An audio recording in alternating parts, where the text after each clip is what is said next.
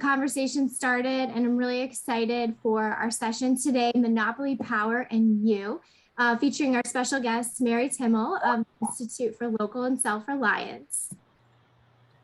So before Mary takes over, just a few reminders. Again, Beyond Mean is a cooperative technology platform that connects community and commerce. So we really focus on utilizing technology to support economic development and revitalization within the communities that we live and love.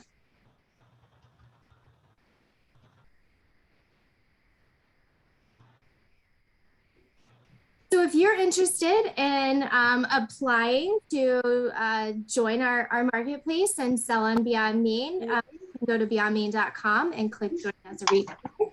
Or if you're interested in just supporting small businesses and shopping online, you can join as a shopper. So if anyone does have questions or would like to connect offline after the call, feel free to email me directly. My email is kate@beyondmean.com, and would love to hear from you. Your thoughts, suggestions, anything that might come up, feel free to reach out. And just to, why are we all here? Well, what is Main Street Collective? Well, we gather because we feel like really important. And collective knowledge is even better. And when we can gather and share it and help each other, all of our businesses and communities can prosper. So really the main purpose is just to connect, share, and help shape the growth and vitality that we want to see within our small business communities and the neighborhoods that we love. So just a general overview of our typical agendas. We do meet every second Tuesday of each month at 10 a.m. Eastern Standard Time. And we tend to review the macro micro trends that are, kind of out there in the industry on e-commerce and retail, and we'll typically provide some Beyond Main updates and also invite guest speakers such as Mary, who's joining us today. And we always leave time at the end for Q&A. A few Beyond Main updates. I'm really, really happy to announce that our Beyond Main Sync app is now live on Shopify. So you can find that listed in the App Store. And if you are an operating retailer on Beyond Main, you can now sync your store and it will be synchronous across both of your platforms. We're really excited about this new syncing capability through our backend dashboard. And if any business is looking or struggling with getting their shop synced, please reach out and we're glad to offer support. Our Main Street Online Tool.org development project that we completed for Main Street America and GoDaddy is live. It is enhanced in the 2.0 version. So there's even more resources that will display for small businesses, taking about 10 to 15 minutes to complete that survey. And very soon, likely by the end of the month, there will be a Spanish version that will be rolled out as well. In addition to the Main Street online tool, Beyond Main will be exhibiting at the Main Street Now conference in Richmond, Virginia, in May 17th and 18th. You can find us there. And as a general reminder, all of the sessions that we do host are available for playback on our YouTube channel. And after the call, you'll receive a link with access to watching and reviewing or sharing the session forward with anyone you think that might be interested. So today's topic is really exciting for me personally because I tend to be, or I like to think of myself as a little bit of a systems thinker. I like to understand sort of the landscape, right? The playing field. What are we operating within? How can we control? Who's controlling? And all those different various aspects. So, today's discussion, I hope, will be very productive and informational and help empower you to take some actionable results and shaping the direction you want policy to go.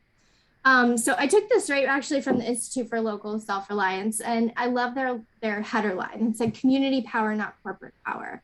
And one I guess report that really stuck out was the Amazon toll booth report that they, I think, released in December of last year. And really what it indicated is something that I feel like we've all sort of intuitively known if you followed the progression of Amazon as well as the rise of e-commerce.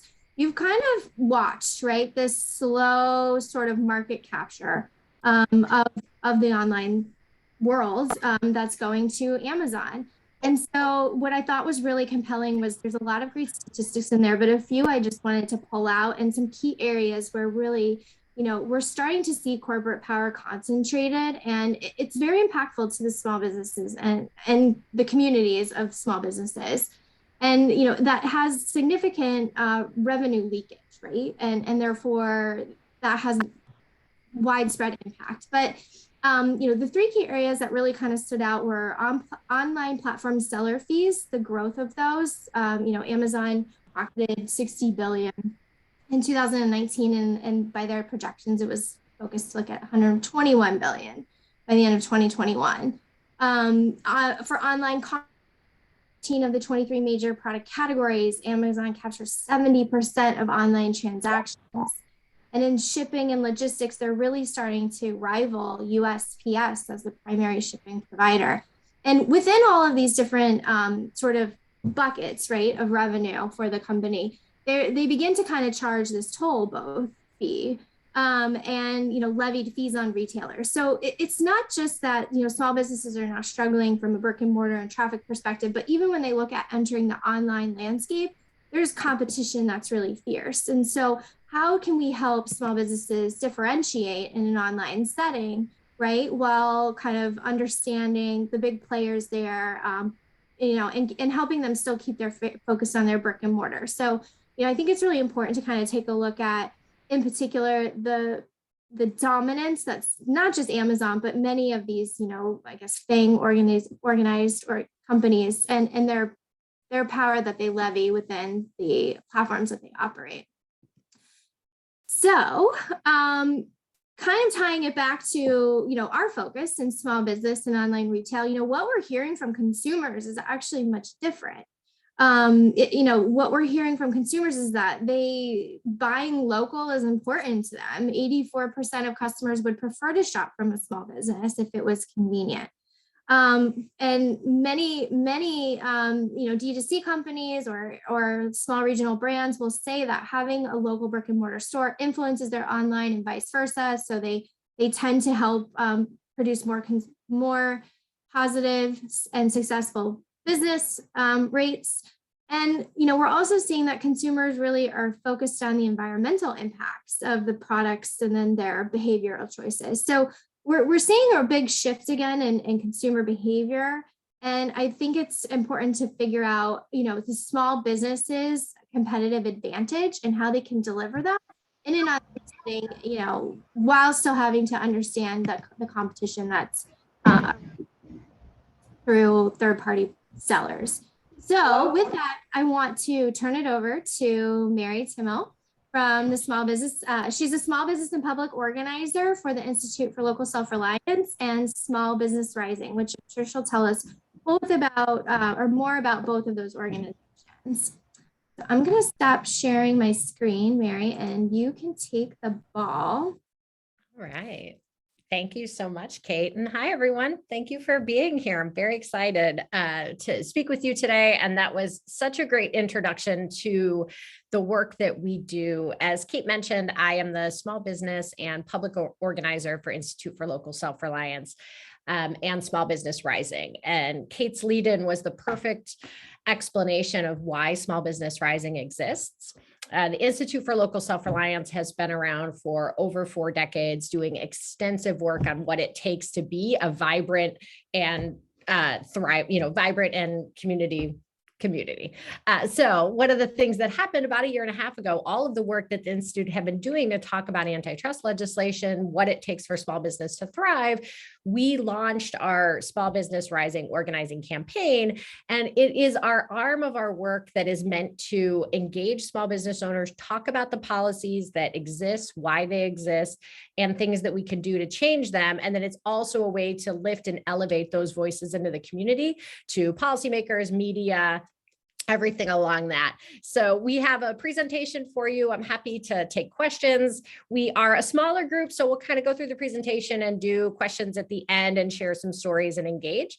So Kate, if you have sharing access, that would be great. Here we go. Thank you. Audience window. All right. Okay, so can you all just see the one that says audience window right now? I've got some notes up, so I do have two windows open. All right, thank you all for being here. So we're going to talk a little bit today about monopoly power and what it means for you. And most importantly, what are we doing about it?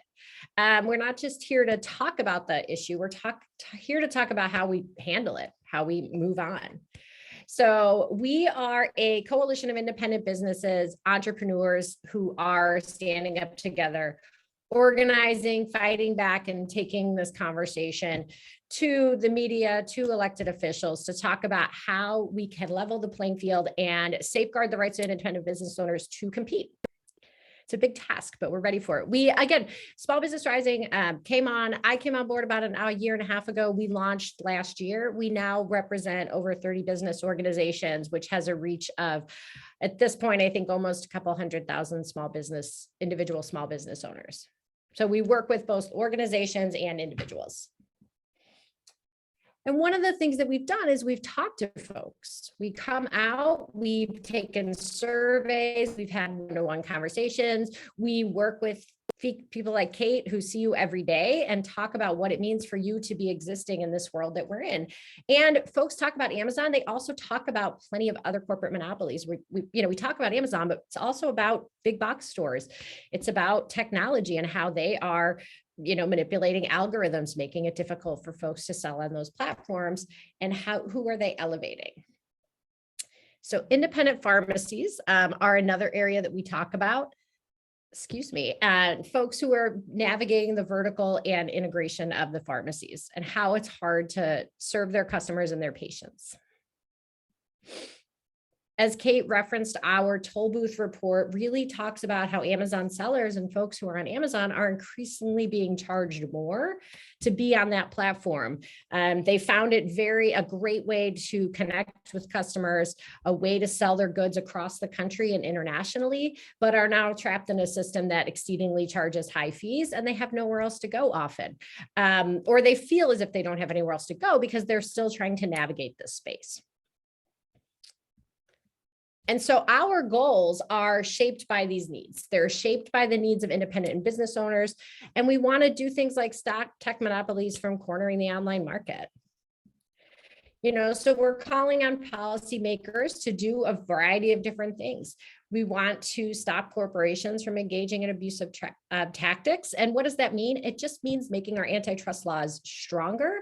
One of the things we like to highlight here is that we do have rules around this, and we want to make them easier to enforce. We also think it is extremely important that I froze there. We also think it's extremely important that we just adopt clear rules that state modes of conduct so that we can create that level playing field. So, what are the rules around mergers? How are these corporations, which are so dominant, how did they get that way? And what are the rules around how they become larger?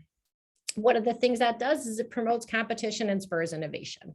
If there are more ways in and more opportunities to compete, more folks will be able to take their ideas and run with them. And finally, we want to establish some rules to create a level playing field, right? So we just want folks to be able to come in and be part of this.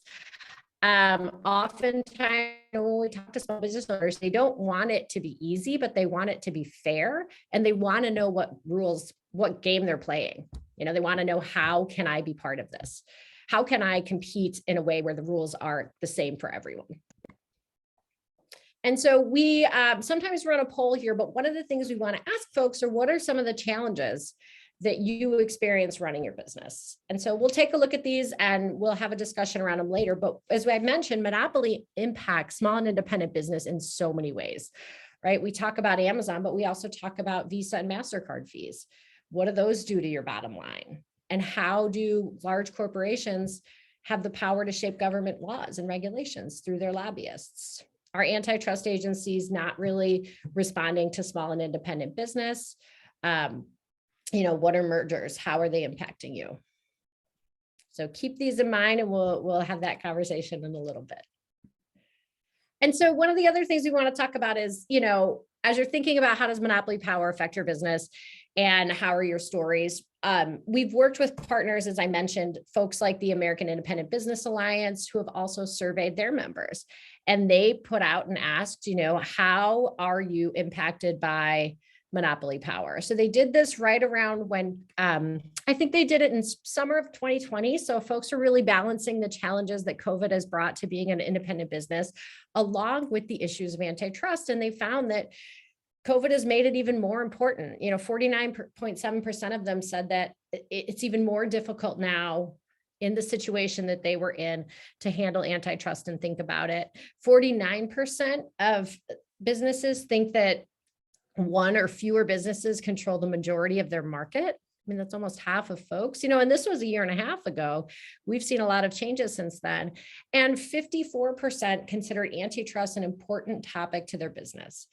And that's, half of folks surveyed are looking at the landscape that they operate in and finding that antitrust is a huge part of their business. And those numbers, one of the ones is, over half think about antitrust issues in their businesses, sometimes to very often.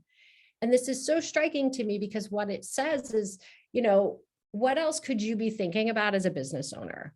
Could you be thinking about how to market to a new demographic, how to share your business plan and work on that? What are some things that you want to do to grow your business and how do you want to focus that time? And instead, these business owners are thinking about antitrust and how can they be up against these behemoth monopoly corporations instead of working on their business, or frankly, instead of doing something else. I know small business takes a lot of your time, and in being a small business owner and an independent business is a full-time job and then some. So wouldn't it be great if you could spend an hour every night doing a puzzle, right? Like not having to think about these things that are such huge challenges for you.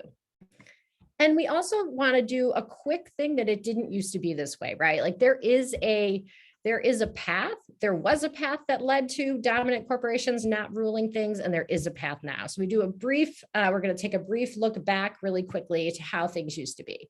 So regulations and laws back in the 20th century, what they did was they stopped railroads from competing against those that relied on the rails to reach their customers, right? Some of the first antitrust stuff has been around railroads. And I don't know if anyone here has taken a glimpse at that show, The Gilded Age, on HBO, but I glanced at it a little bit, and it's talking about railroad monopolies, right? I thought I was tuning in for some glamorous stuff and realized, no, I'd walked right into something that's extremely relevant to what I do all the time, right? But the thing is this, we tackled it before as a country. The phone company, antitrust law and regulation said they couldn't block other carriers from using their lines.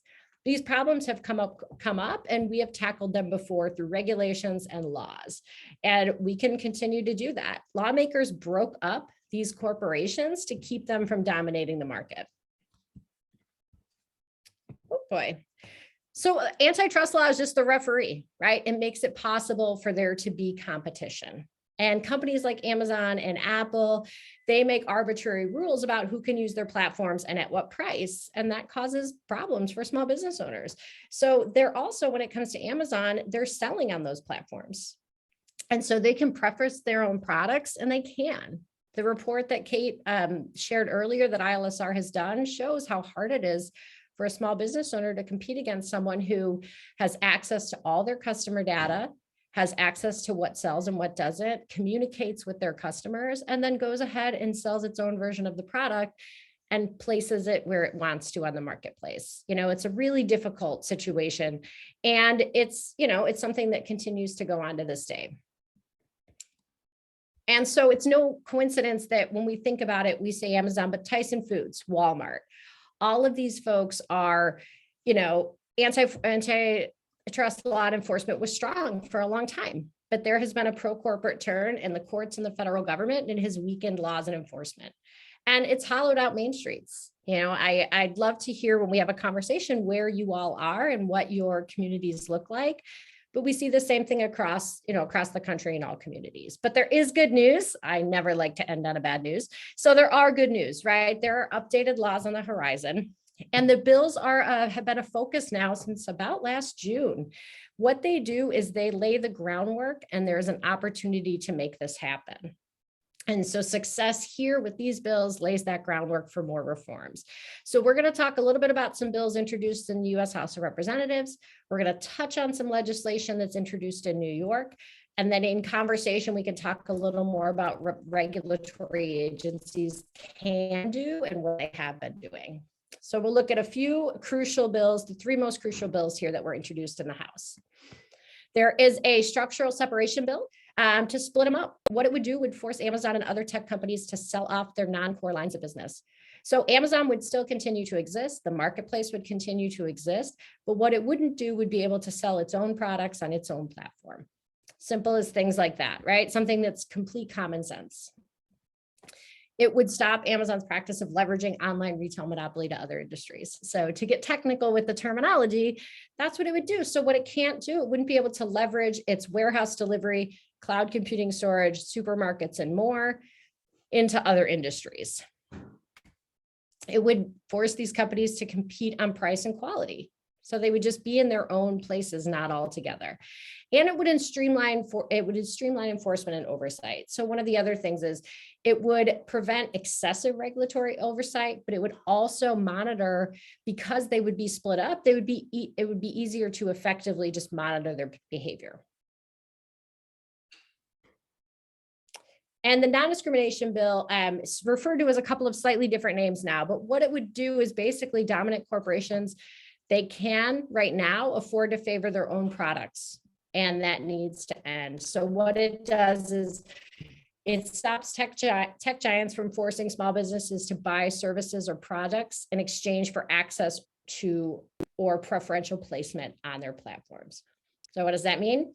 Amazon looks at their users and scrapes their data now to make and sell their own competing products. And it would stop that. So they wouldn't be able to, right now, if you're selling on Amazon, they communicate directly with your folks, and they can stop you from being able to do that. It would also prevent, we jumped right to Danny, and prevent the process of charging Lars fees for use. Kate, again, highlighted our toll booth report before, but the money that Amazon makes off of its third-party sellers is, it combined with its AWS cloud service is the two biggest ways that it makes money. It is making money off the backs of small and independent business owners that rely on its platform every day. It's competing with them, and it is charging them excessive use for it, access to the buy box, ads, all of those different things. And one of the last things is looking at and having control over big tech mergers. And so generally, it would limit what the 4 big tech companies can acquire another company. And so, it just helps them from buying companies in other adjacent industries unless they can prove the acquisition won't hurt competition. And the way that that is different than currently is right now, it is a defensive thing. Like if there is a merger proposed, the people who are against the merger have to prove that it is a problem.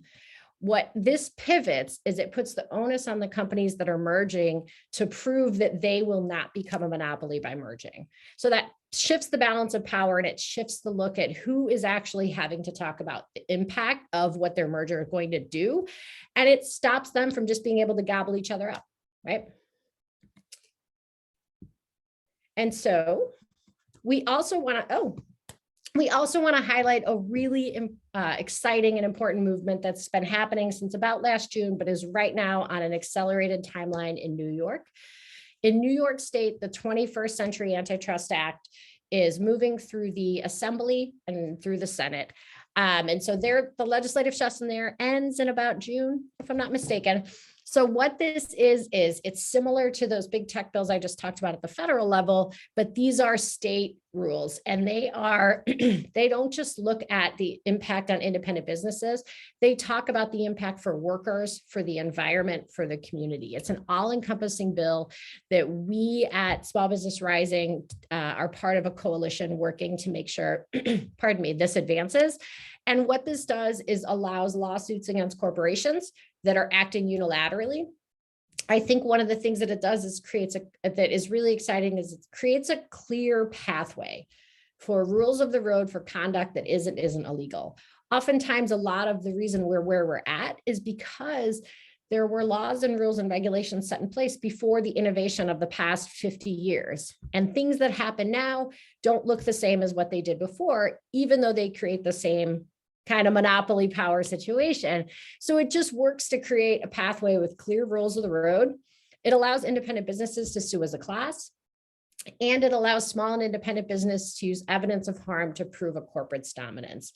So it really just sets up a situation where small business owners can, again, stand up and fight back. There's clear rules for enforcement, and there's opportunities to move forward. So we have a discussion section, which I would love to kind of open up and chat with you. And these are the 3 questions we want to talk about. And then after that, we can move to a little bit of action. So I will stop sharing and maybe throw these questions into the chat. If anybody would like to come off mute, please do so, and we can actually have a talking. But I'm also happy to read if you want to just type an answer to a question in the chat. I can read to the group. What resonated with you? I'll get it started if there's no one that wants to speak first. So I think what resonated with me is that, yeah, we have some catch up to make, right? Catch up and enhancements to make on the current laws versus historical monopolies, right? In terms of like how they're applied today. So I think it's probably maybe not changing the approach, but it's about just updating the language for the platforms and the companies that are how they're operating today and what industries they're in. So it's encouraging, but it's also, yeah, I'm sure very daunting of a task for people who maybe not so like versed in those specific sectors, right? So you have to rely on likely those companies to influence like how they're designed. And, there could be like trust levels that are just not established, and ensuring that they're seeking kind of the right rules, right, to be designed for their operation. So I think, that definitely resonated with me, and it came up for me. What would you do for your business if you weren't spending time trying to combat the problems not really hard? I spend a lot of time thinking about this and how small businesses need to compete in the existing environment, and how, but I always do come back to that with collective organization, there is more, right? There you have a larger say, right? It's not everyone shouting into the universe. It's shouting through one kind of megaphone, and through that can influence change faster, right? And so I think that's where currently my focus is just around how do you organize those individuals that really share this viewpoint, want a different system, want to be a part of building a different system, a more fair and equitable platform. And then what one thing could you do this week to spread the word? Well, I think when we get to the action step, you're going to tell me how I can do that. But I'm hoping I'm hoping by having this, maybe I get 1 point. And then, you're like, check. Okay, we took one step. Let's educate ourselves a little bit and then see where we are. I'm really happy to hear that there are bills being put forth. Mm-hmm. And I guess a question I would have for you, Mary, is what do you think the success rate or the likelihood of these to be adopted this